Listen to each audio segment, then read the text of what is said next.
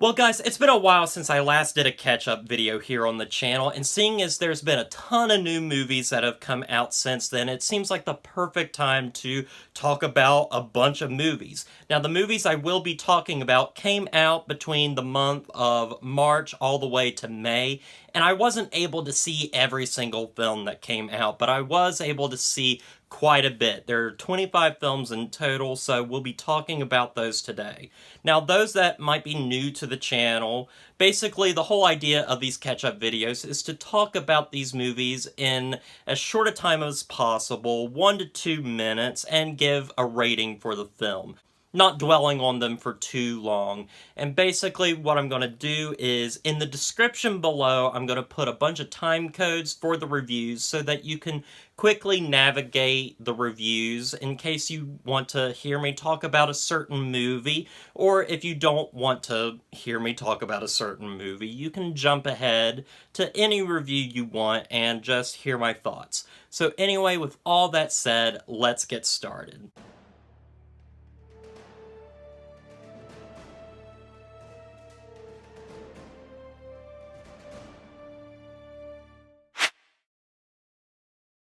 The Best of Enemies is yet another civil rights film with incredible acting. Taraji P. Henson and Sam Rockwell do an excellent job here, and they are definitely the best part of the film. Their performances really carry the film till the very end, and they are just very likable and fun on screen together. I love the back and forth between these two opposing forces, and it is a lot of fun.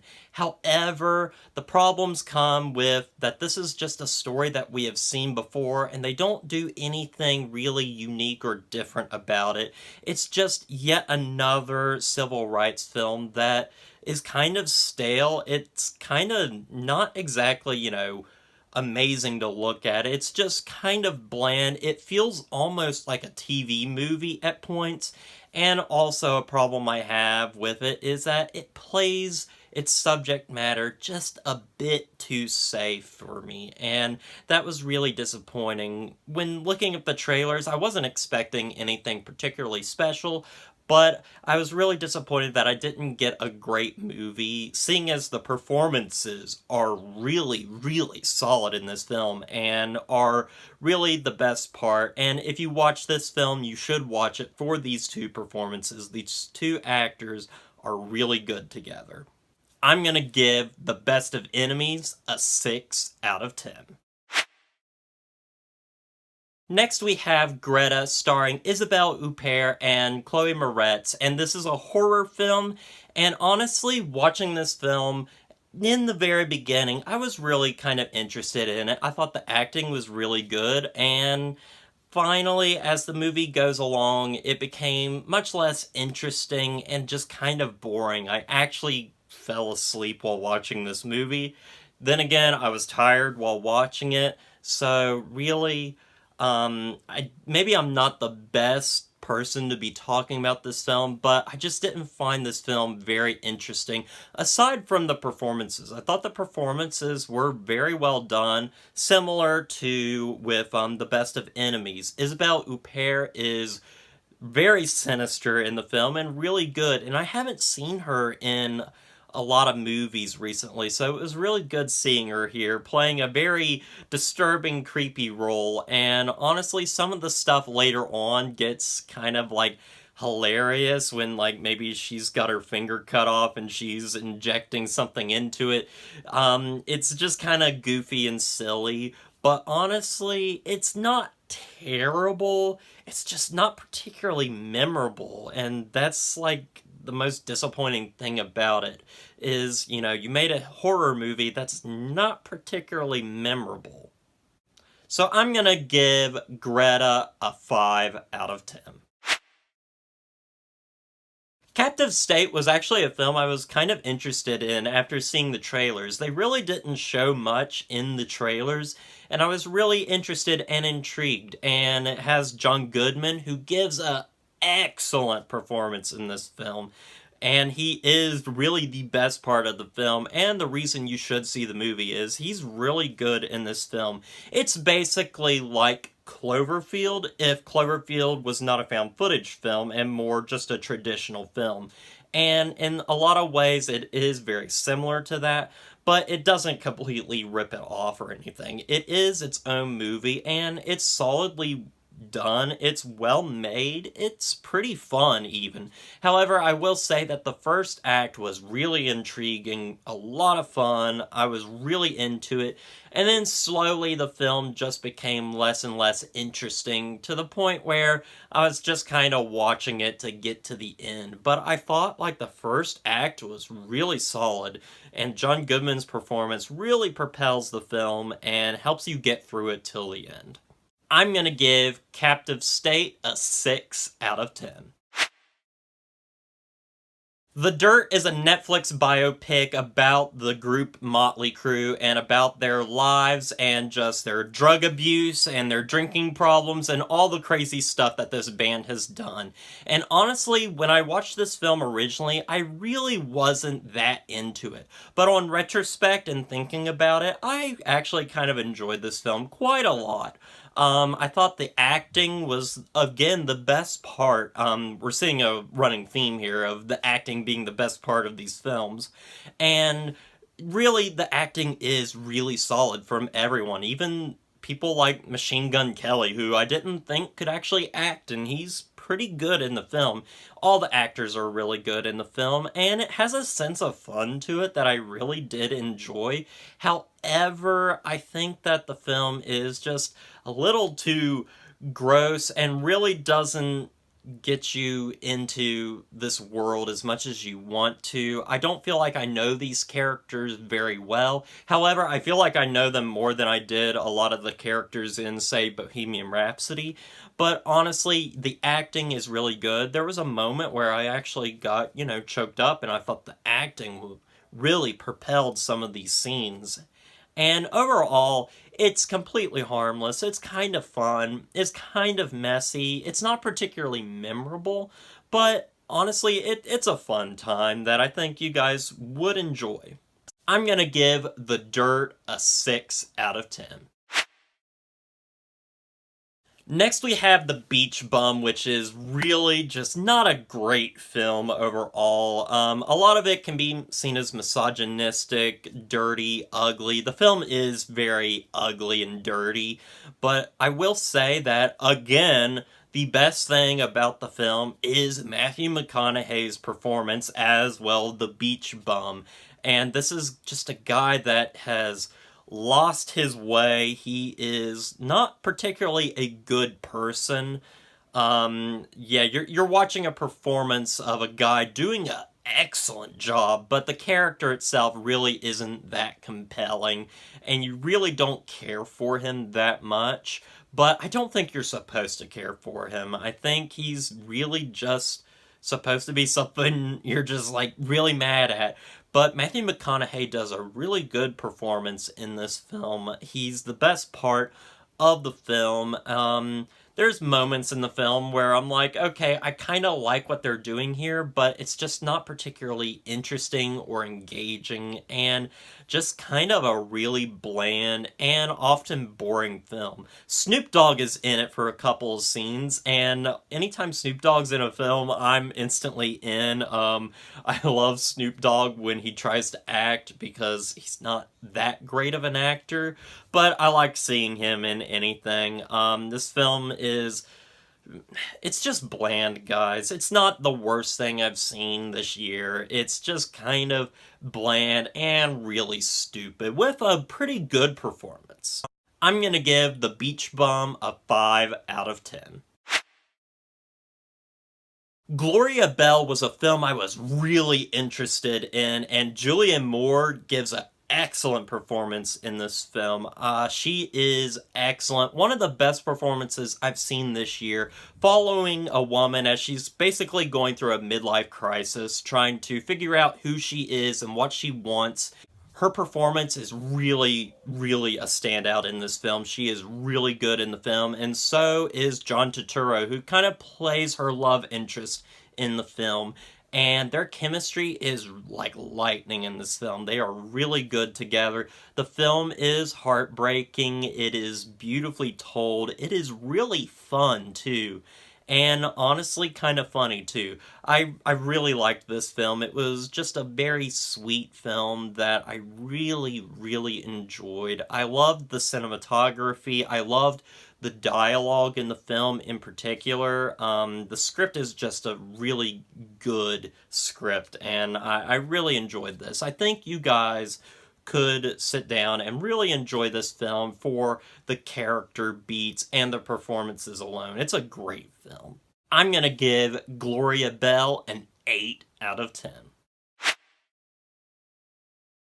Dragged Across Concrete stars Vince Vaughn and Mel Gibson and is about two cops that basically just go around killing people and basically bringing the law into their own hands. And this is a really fun film. And it comes from the director of Cell Block 99, and it is a really, really stellar film with great performances and just brutal sequences. If you watched Brawl in Cell Block 99, you'll know that this director is very brutal, and he pulls no punches in this film. It is pretty violent, pretty grotesque, and just a really fun film overall with stellar performances. If there's one thing I have a problem with, it's a problem I have with this director's other films, such as Bone Tomahawk and Brawl in Cell Block 99, and that is the runtime with these movies. A lot of the times, the pacing in these films are very slow, and it's very deliberate.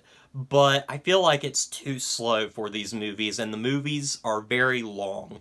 And honestly, I like long movies, but not when the pacing is like this. I feel like this director should maybe just edit his films a little more, cut out some stuff, trim it down, and you would have a very excellent film, because I want to love these films, but I honestly just really, really like them and love the performances. I'm gonna give Dragged Across Concrete a 7 out of 10. The Highwaymen was a film that I was really interested in because I love the whole thing with Bonnie and Clyde. I love the 1969 movie Bonnie and Clyde.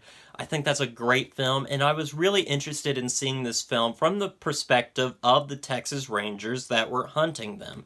And the acting in this movie is the strongest point. I think Woody Harrelson and Kevin Costner do a really good job here. It's just the material they're given is just not up to par. It's very just a bland, boring film at times with not much visual flair or anything. It feels like a TV movie, and it feels like, yeah, this should have been put on Netflix. Which is sad because Netflix has made some visually impressive films in the past, but it very much feels like a TV movie that just doesn't do what it should. It's just a very bland film, but the performances are really good, and I like the story overall, so it's just one of those things I'm kind of like mixed if I really liked it or not. I'm gonna give The Highwaymen a 6 out of 10. Next we have Unplanned, the PureFlix film that is rated R for, abortions. And this film is awful, guys. The best thing I can say about the film is the acting, and it looks better than most PureFlix films, I'll say that.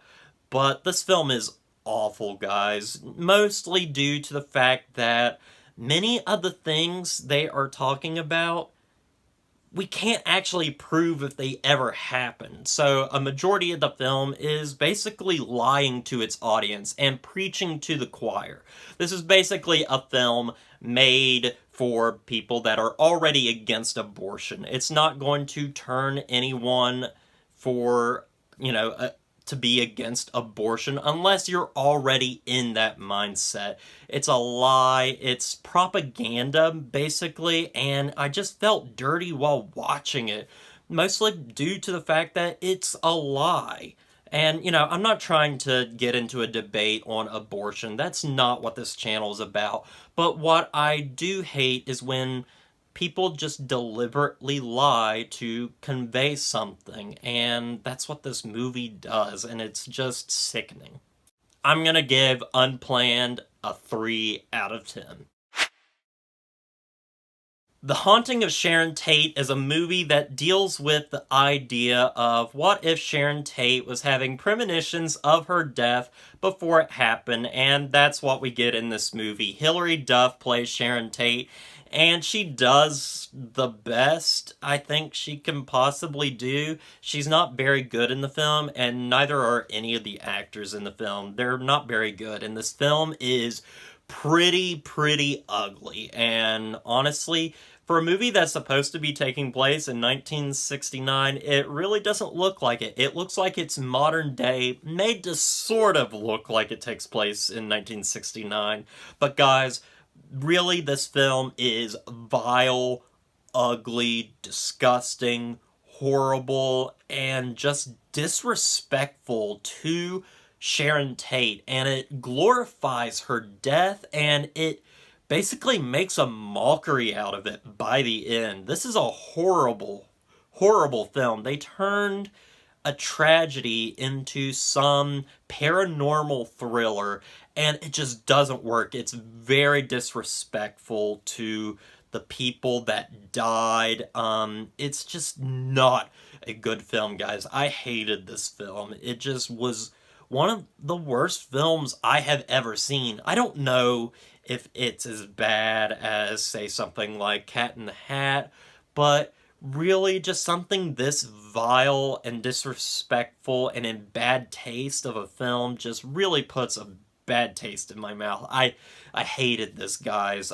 Nobody should watch this film. It should just go to the wayside, and what's really upsetting is this director is making a Nicole Brown Simpson movie, so I'm interested to see how much that is going to be in terms of bad. Maybe it will be worse than this. Maybe it will be a little better. I don't know, but yeah, this movie's terrible, guys. Terrible. I'm gonna give The Haunting of Sharon Tate a 2 out of 10.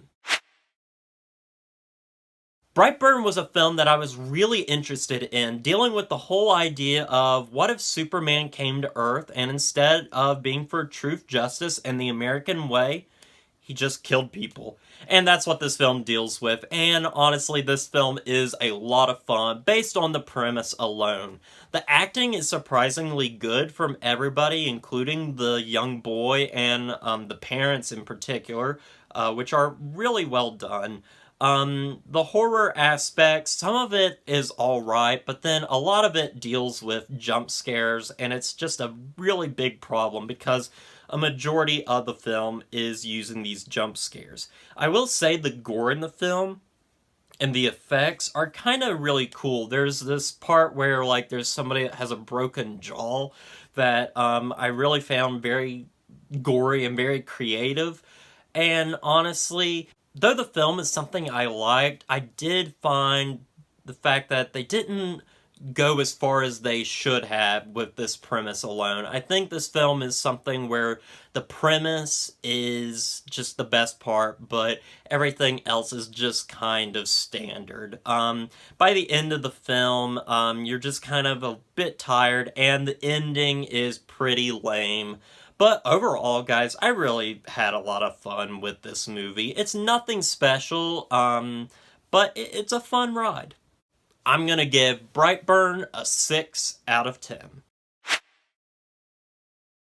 High Life is one of the most bizarre films I've seen this year. It's very hypnotic, it's a space movie, but it's very much more than that. And I won't go into too much detail of like what really happens in the film because I think you guys should maybe check it out for yourself. But one thing I will say is it's very hypnotic, it's very different, and a lot of times it is kind of a slow burn. Now, for some people, that just means boring, and for a ton of people, it will probably be boring. But I think what is here is actually really interesting and really good, too.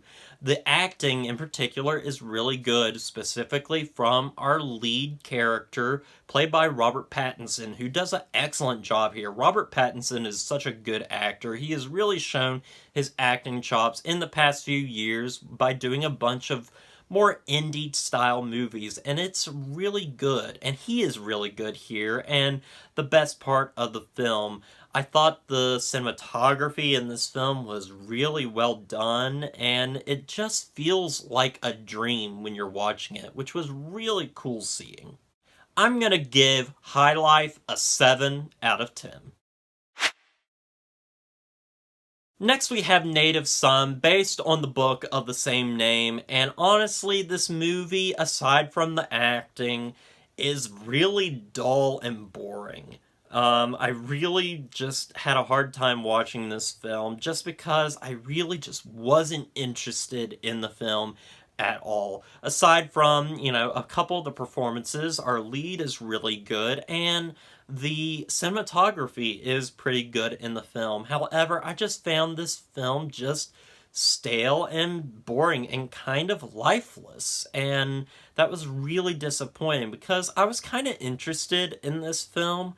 It came out on HBO, and I was just leaving it kind of disappointed, and I'd rather read the book and see, if it is, really good, because I have heard good things about the book, but I just don't think this movie gives the book any justice aside from good performances. I don't even know how closely it follows the book, if it is a good adaptation. I just know that I just didn't really have a great time watching the film, but the performances were pretty good. And it's not a terrible film by any means. Maybe this film just wasn't for me. Maybe I should go back and rewatch it and, give it another look.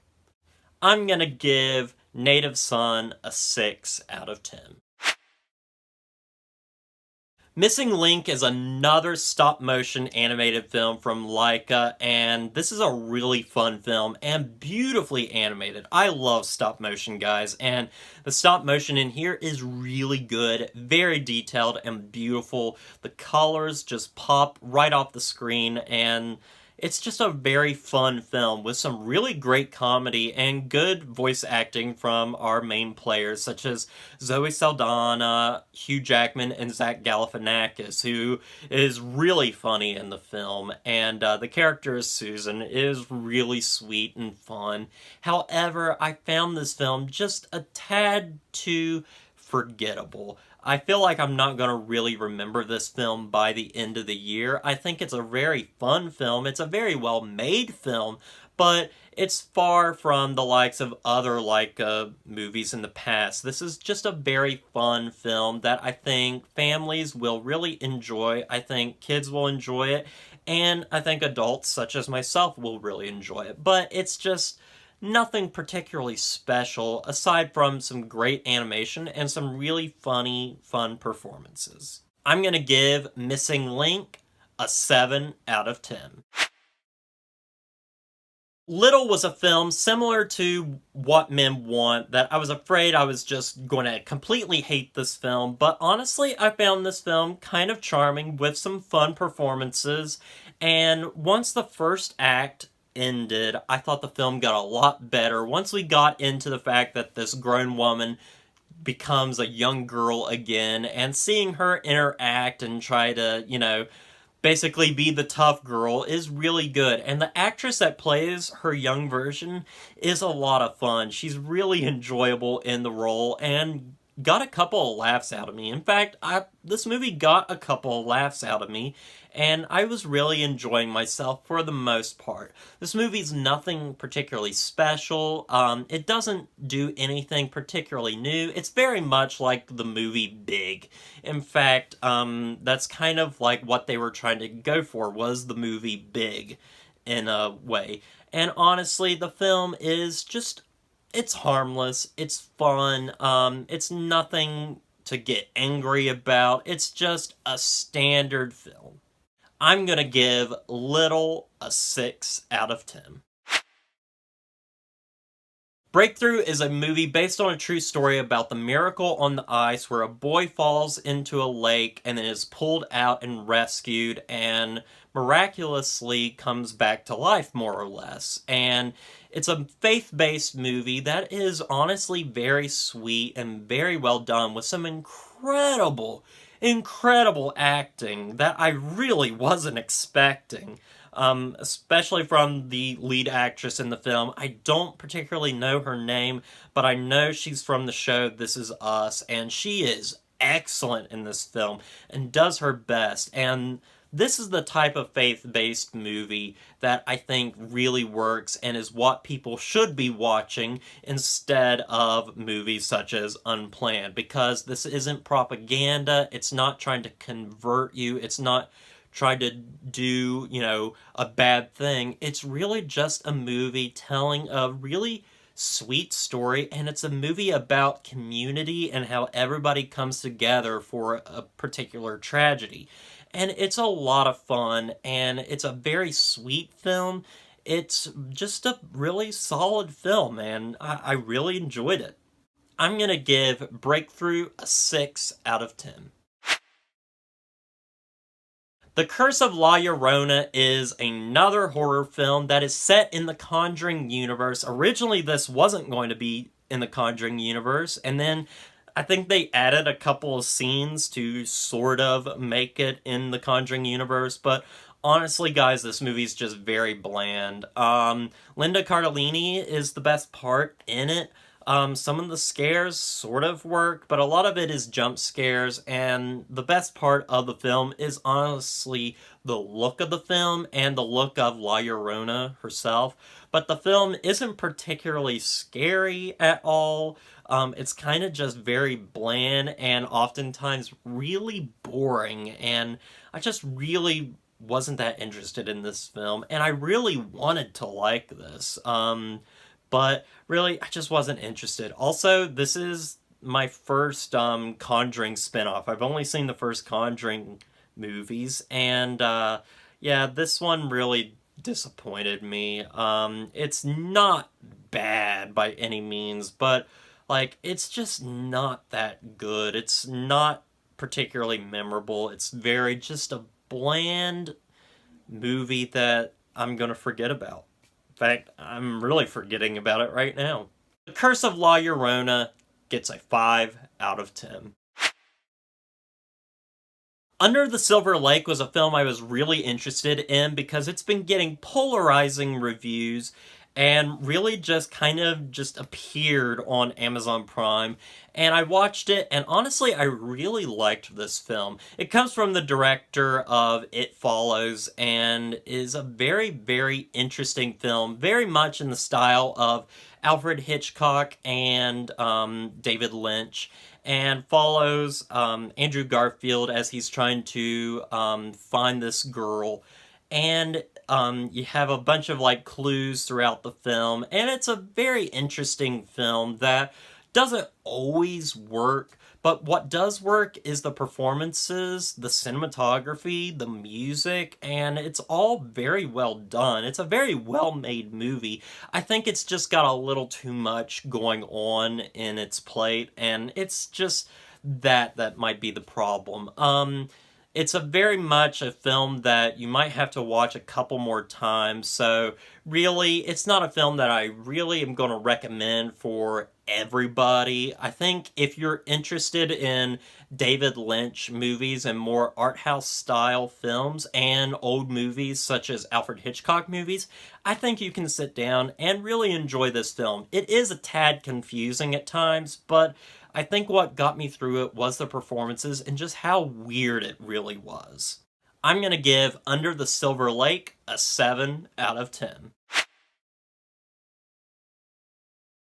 I Spit on Your Grave, Deja Vu is the long-awaited sequel to the original I Spit on Your Grave, taking place 40 years later. The original director returns, the original actress returns, and we basically get the exact same movie as the first one, only this time it's 2 hours and 22 minutes, and that is way too long.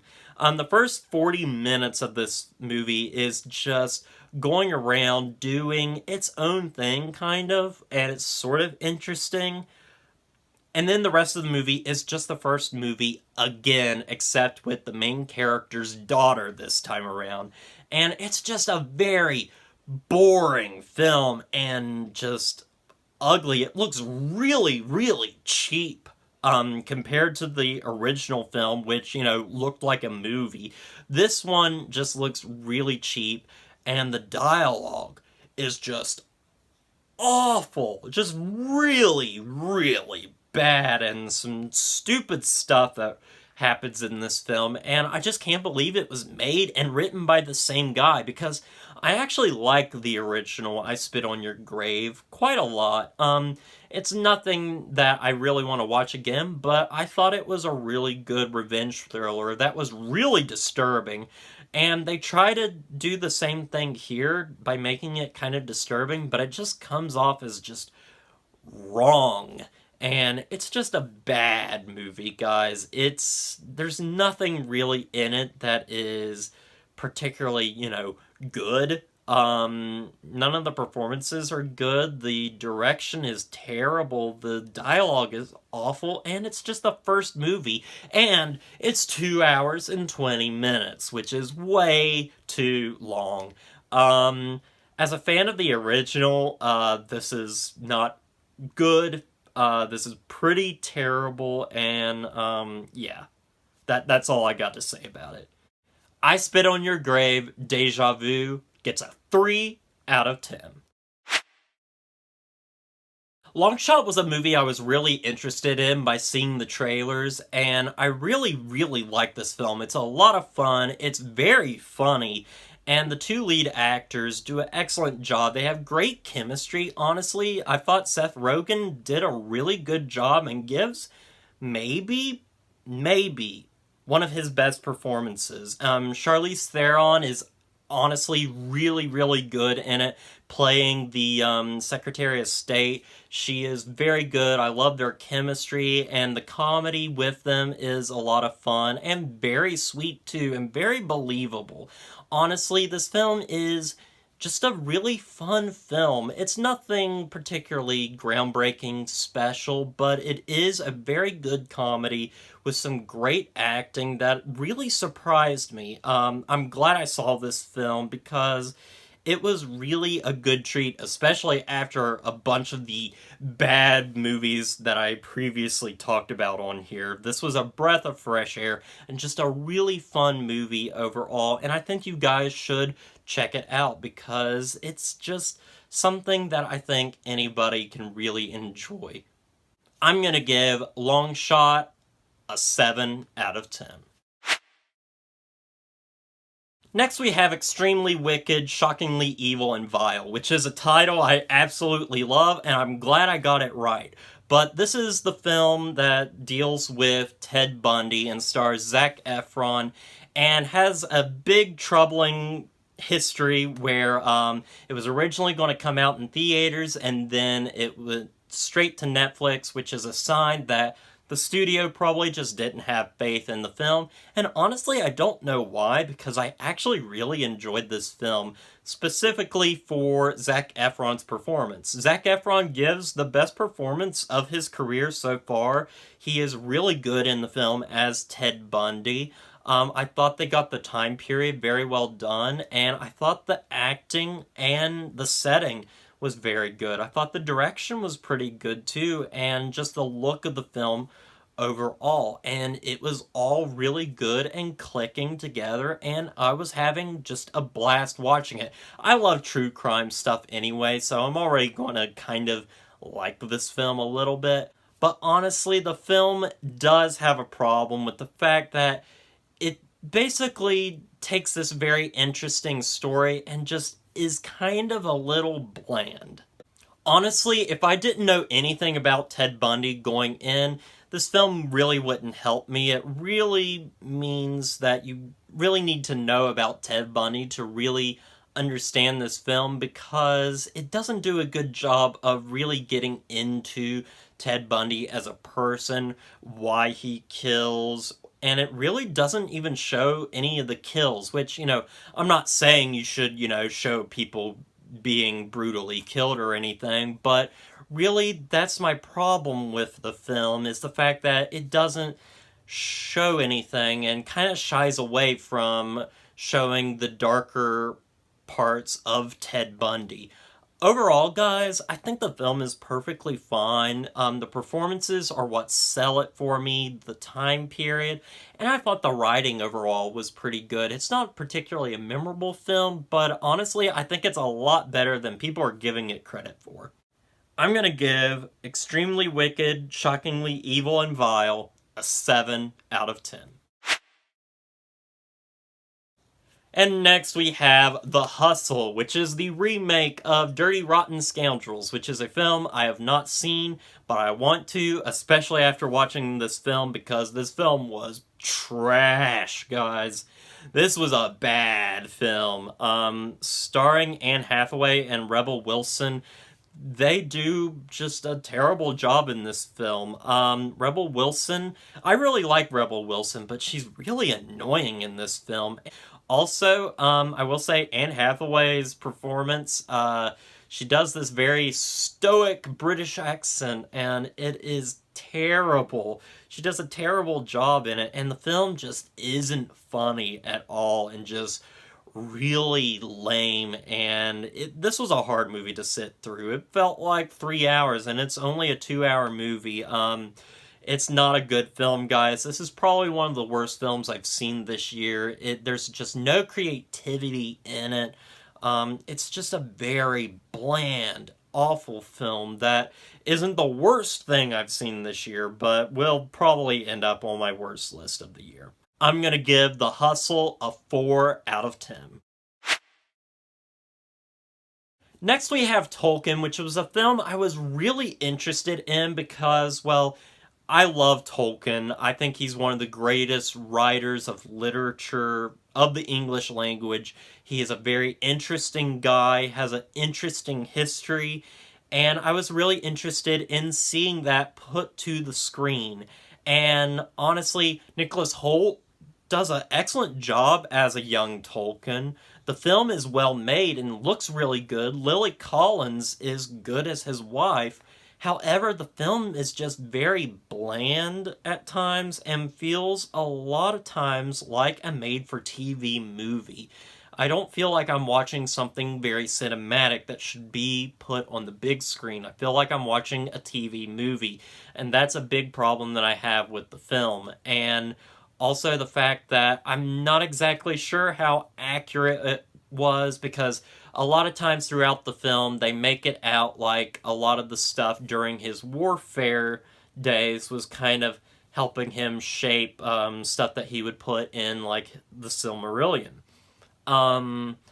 We know from letters that he's written that none of the stuff that he's written is metaphorical or allegorical. So that's a problem there.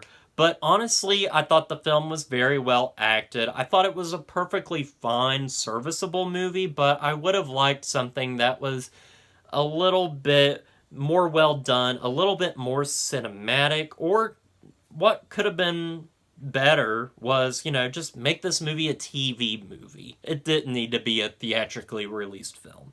I'm going to give Tolkien a 6 out of 10. Next we have The Professor and the Madman, starring Sean Penn and Mel Gibson, who Mel Gibson is the best part of this film. So is Sean Penn. They do an excellent job in this film. The film looks really good. I love the cinematography in the film, and the subject matter, which is about making the Oxford Dictionary, seems interesting, but it's not. it's really boring, guys. This is one of the most boring films I have seen this year. It was 2 hours and it felt like three. It just never ended. I just really wasn't interested in this film.